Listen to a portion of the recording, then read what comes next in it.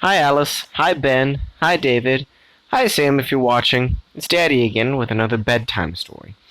This is a bedtime story that you might have heard a little bit before. It's called Snow White and Rose Red. I'll show you a picture.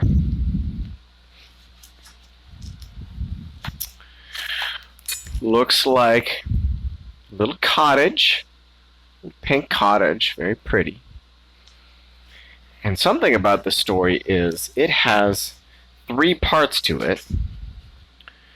So you'll get a picture with each part, starting with that cottage, and we'll figure out what each of them are. And find out maybe if there's a difference between this story and the stories that we've heard about Snow White before. Have you heard about Snow White before? Did you know she had a sister named Rose Red? Let's find out more. Once upon a time, there was a little cottage. Beside the cottage, there was a little garden, and in the garden were two rose bushes. One of them bore white roses, the other one red. In the cottage lived a poor widow who had two beautiful daughters. The first of them was called Snow White because her skin was as white as the whitest rosebud. The second was known as Rose Red, since she ran about so tirelessly that she was always flushed like a scarlet rose. Her face was red.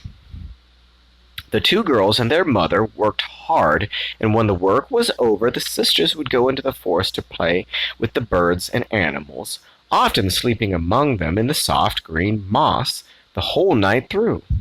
There was not an animal in the forest that would hurt a hair of their heads.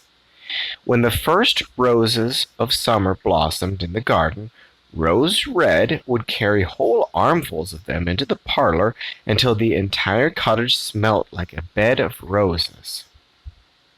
And each bunch of roses would have a white rosebud for Snow White, a red one for Rose Red, and one, the loveliest of them all, for their mother.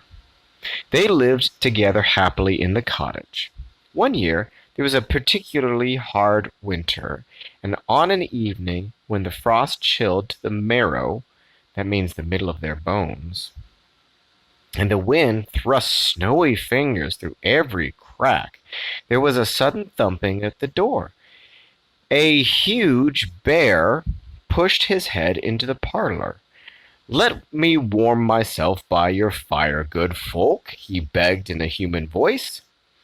The little white dove cooed with fear and huddled into a corner, followed by the sheep, followed by Snow White and Rose Red. They shivered with fright. "Don't be afraid, my dears," their mother reassured them. "The bear will not harm you."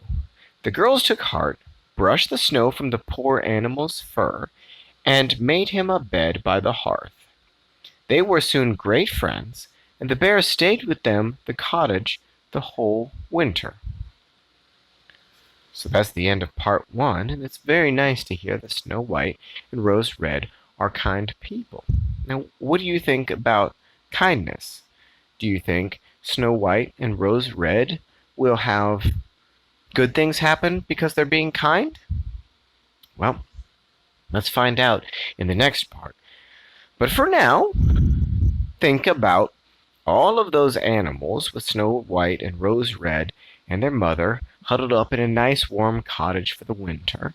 And think about how nice that must be that they're all friends and other good, happy thoughts. And close your eyes and get some rest. And remember that Daddy loves you very much. Good night.